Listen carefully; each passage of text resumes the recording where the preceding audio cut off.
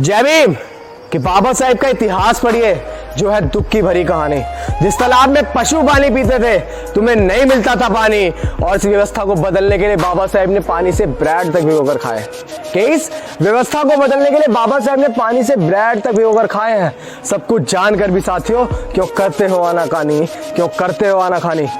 26 नवंबर 1949 की शाम को बाबा साहेब आराम से सोफे पे बैठे हुए थे।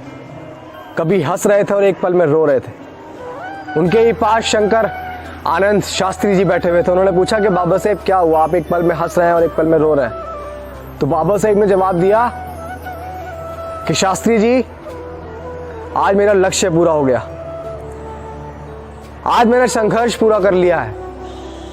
लेकिन इस संघर्ष को पूरा करते करते, इस लक्ष्य को पूरा करते करते मैंने क्या क्या खोया है, मैं उस चीज को याद करके रो रहा था।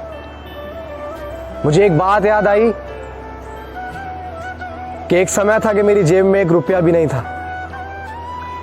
एक समय था कि मेरे पास खाने तक को पैसे नहीं थे। उस दौर में मेरा बेटा राजरत्न, उसने चलना सीखा था, उसने हल्के से बोलना सीखा था। उसकी तबीयत खराब हुई थी, उसको थोड़ा थोड़ा बुखार था, और मुझे पता था कि अगर इसको दवाई नहीं दिलाई गई समय रहते तो इसका बुखार और तेजी से बढ़ेगा। लेकिन मेरे पास पैसे नहीं थे जो मैं उसका इलाज करवा सकूं। मेरे पास जो पैसे थे सिर्फ इतने पैसे थे जिनसे मैं अपनी पढ़ाई पढ़ सकूं। धीरे धीरे राजरत्न की बीमारी बढ़ती चली गई। मेरे पास उसको सीने से लगा के रोने के अलावा कुछ भी नहीं था। ये बाबा साहेब शास्त्री जी को बता रहे थे कि मेरे पास उसको सीने से लगा के सिर्फ रोने के अलावा कुछ भी नहीं था। और एक समय रहा कि राजरत्न की बीमारी बढ़ती चली गई, और एक दिन वो मुझे छोड़कर चला गया। जब वो मेरे घर में मृत पड़ा हुआ था तो बहुत सारे लोग जुड़े। उनमें से एक व्यक्ति था जिसने मेरे पास आकर बोला कि बाबा साहेब राजरत्न अब नहीं रहे, उनके दाह संस्कार के लिए नए कपड़े चाहिए। लेकिन जब मैंने ये बात सुनी तो मेरा कलेजा रो पड़ा। वो इसलिए क्योंकि मेरे पास जिस बेटे की दवाई गोली के लिए पैसे नहीं थे, जो मेरे बीच से चला गया, मैं उसको नए कपड़े कहां से लाके दूंगा। ये बात रमाबाई को पता थी। उसने मेरे पास होले से आकर अपनी साड़ी का पल्लू फाड़कर राजरत्न को उड़ाया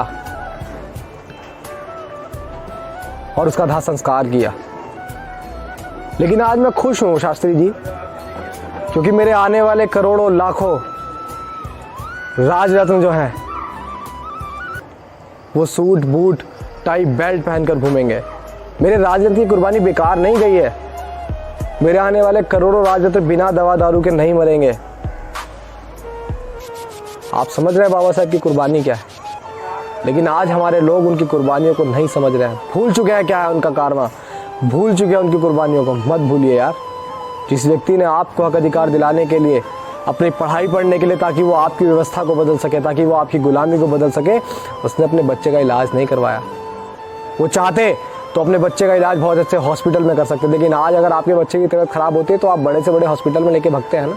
थोड़ा सा दर्द भी होता तो आप लेके भागते हैं ना। उनका बच्चा तो मर रहा था। समझिए। जय भीम।